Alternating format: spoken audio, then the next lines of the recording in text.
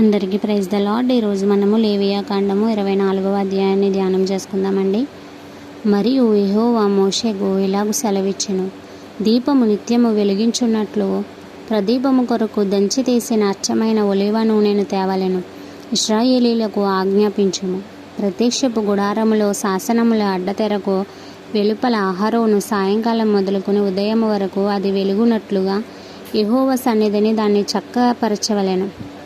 ఇది మీ తరతరములకు నిత్యమైన కట్టడ. అతడు నిర్మలమైన దీపవృక్షం మీద ప్రదీపములను యెహోవా సన్నిధి నిత్యము చక్కపరచవలెను. నీవు గోధుమ పిండిని తీసుకొని దానితో 12 భక్ష్యములను వండవలెను. ఒక్కొక్క భక్ష్యమున సేరు పిండి ఉండవలెను.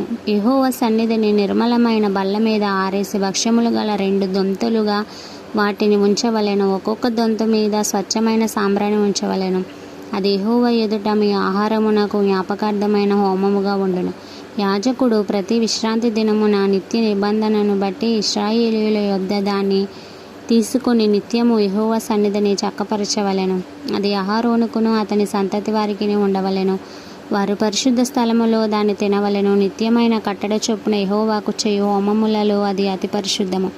ఇశ్రాయేలీయురాలగు ఒక స్త్రీకిని ఐగుప్తుడే ఒక పురుషుకిని పుట్టినవాడొకడు ఇశ్రాయేలీయుల మధ్యకు వచ్చెను. ఆ ఇశ్రాయేలీయురాలి కుమారునికి ఒక ఇశ్రాయేలీయునికి పాలెములో పోరుపడగా ఆ ఇశ్రాయేలీయురాలి కుమారుడు యెహోవా నామమును దూషించి శపింపగా జనులు మోషే యొద్దకు వాని తీసుకుని వచ్చారు.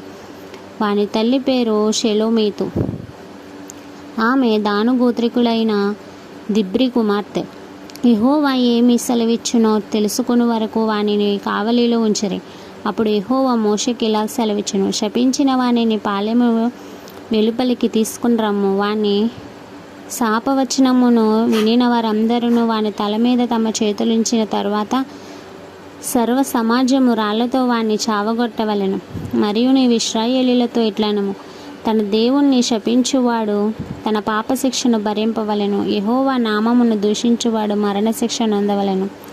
సర్వ సమాజము రాళ్లతో అట్టి వాణిని చావగొట్టవలెను. పరదేశీయ గాని స్వదేశీయ గాని యెహోవా నామమును దూషించిన ఎడల వానికి మరణశిక్ష విధింపవలెను.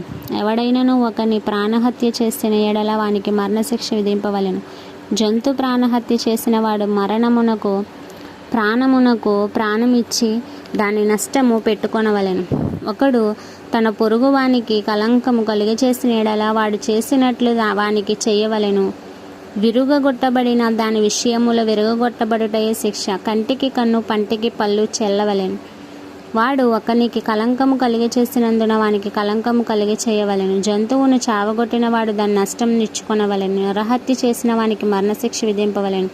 మీరు పక్షపాతం లేక తీర్పు తీర్చవలెను. మీలోనున్న పరదేశికి మీరు చేసినట్టు మీ స్వదేశికిని చేయవలెను. నేను మీ దేవుడనైన యెహోవానని వారితో చెప్పుము అనెను. కాబట్టి మోషే ఇశ్రాయేలీయులతో ఇలా చెప్పాను, శపించిన వారిని పాలెము వెలుపలికి తీసుకుని పోయి రాళ్లతో వారిని చావగొట్టవలెను. యెహోవా మోషేకు ఆజ్ఞాపించినట్లు ఇశ్రాయేలీయులు చేసిరి. ఇంతటితో పరిశుద్ధ వాక్యము మనలను దీవించి ఆశీర్వదించునుగాక. ఆమేన్.